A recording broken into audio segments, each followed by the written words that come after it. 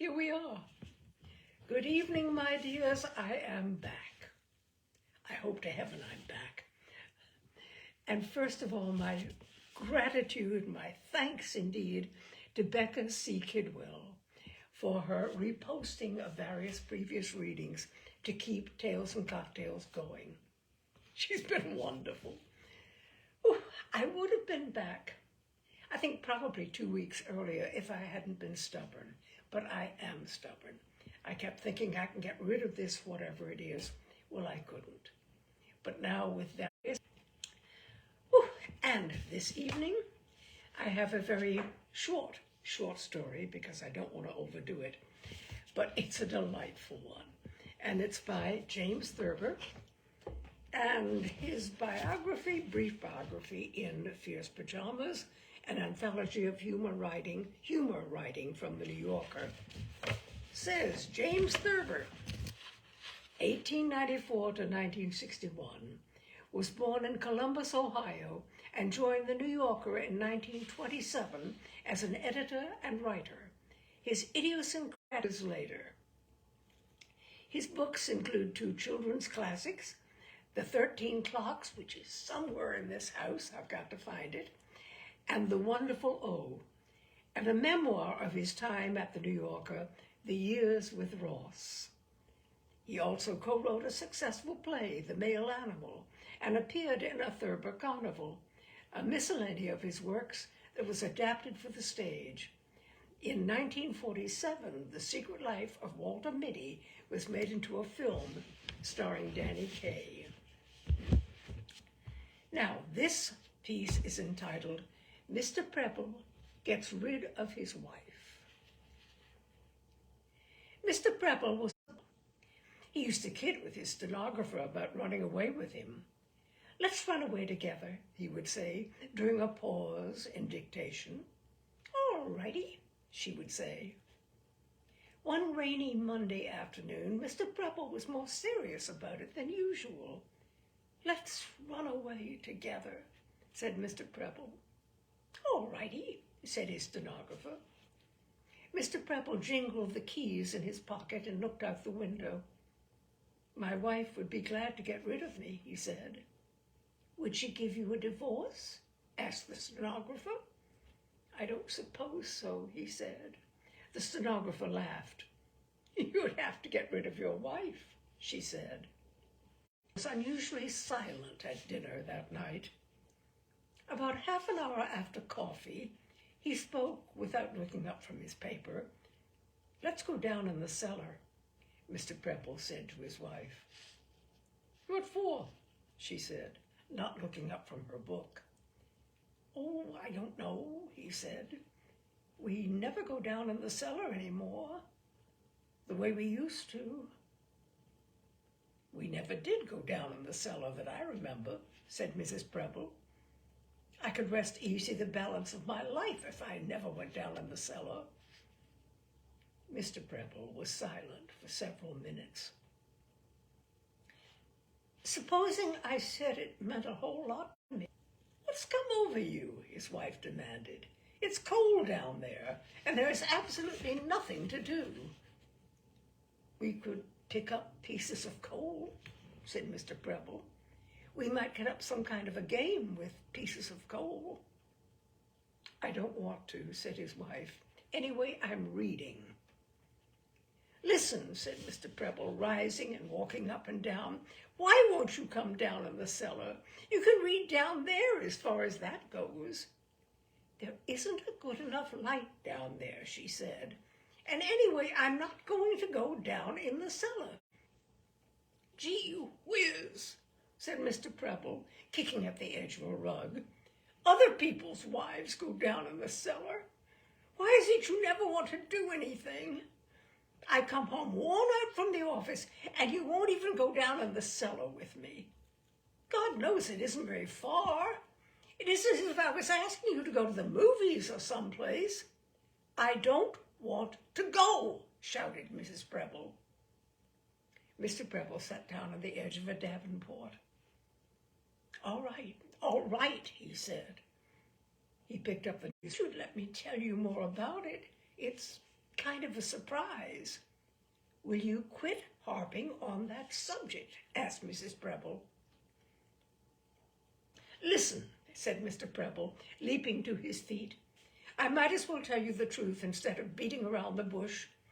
I want to get rid of you so I can marry my stenographer. Is there anything especially wrong about that? People do it every day.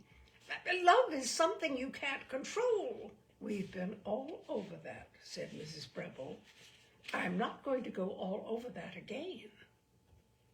I just wanted you to know how things are, said Mr. Preble. But you have to take everything. I really wanted to go down in the cellar and make up some silly game with pieces of coal. I never believed that for a minute, said Mrs. Preble. I knew all along you wanted to get me down there and bury me. You can say that now, after I told you, said Mr. Preble, but it would never have occurred to you if I hadn't. You didn't tell me. I got it out of you, said Mrs. Preble. Anyway, I'm always 2 steps ahead of what you're thinking.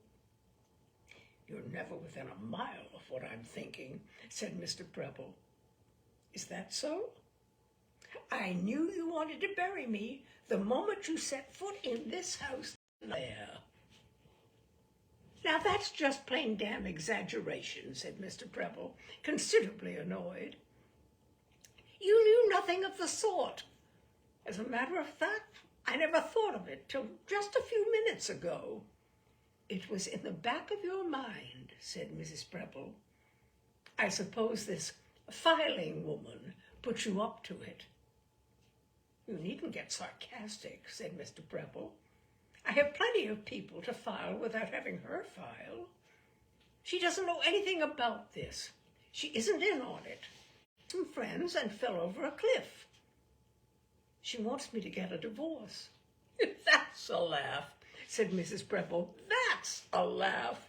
You may bury me, but you'll never get a divorce. She knows that. I told her that, said Mr. Preble. I told her I'd never get a divorce. Oh, you probably told her about burying me too, said Mrs. Preble. That's not true, said Mr. Preble with dignity. That's between you and me. I was never going to tell a soul. You'd blab it to the whole world, don't tell me, said Mrs. Preble. I know you. Mr. Preble puffed at his cigar. You were buried now and it was all over with, he said. Don't you suppose you would get caught, you crazy thing, she said. They always get caught. Why don't you go to bed? You're just getting yourself all worked up over nothing. I'm not going to bed, said Mr. Preble. I'm going to bury you in the cellar. I've got my mind made up to it. I don't know how I could make it any plainer. Listen, said Mrs. Preble, throwing her book down. Will you be satisfied and shut up if I go down in the cellar? In the cellar? Will you let me alone then? Yes, said Mr. Preble, but you spoil it by taking that attitude. Sure, I always spoil everything. I stop reading right in the middle of a chapter. I'll never know how the story comes out, but that's nothing to you. Did I make you stop reading the book? Asked Mr. Preble. He opened the cellar door. Here, you go first. Brr, said Mrs. Preble, starting down the steps. It's cold down here. You would think of this at this time of year. Any other husband would have buried his wife in the summer. You want to, said Mr. Preble. I didn't fall in love with this girl till late fall. Anybody else would have fallen in love with her long before that. She's been around for years. Why is it you always let other men get in ahead of you? Oh, mercy, but it's dirty down here. What have you got there? I was going to hit you over the head with this shovel, said Mr. Preble. You were, huh? Said Mrs. Preble. Well, get that out of your mind. Do you want to leave a great big clue right here in the middle of everything, where the first detective that comes snooping around will find it? Go out in the street and find something that doesn't belong to you. Oh, all right, said Mr. Preble, but there won't be any piece of iron in the street. Women always expect to pick up a piece of iron anywhere. If you look in the right place, you will find it, said Mrs. Preble. And don't be gone long. Don't you dare stop in at the cigar store. I'm not going to stand down here in this cold cellar all night and freeze. All right, said Mr. Preble. I'll hurry. And shut that door behind you, born. In a barn?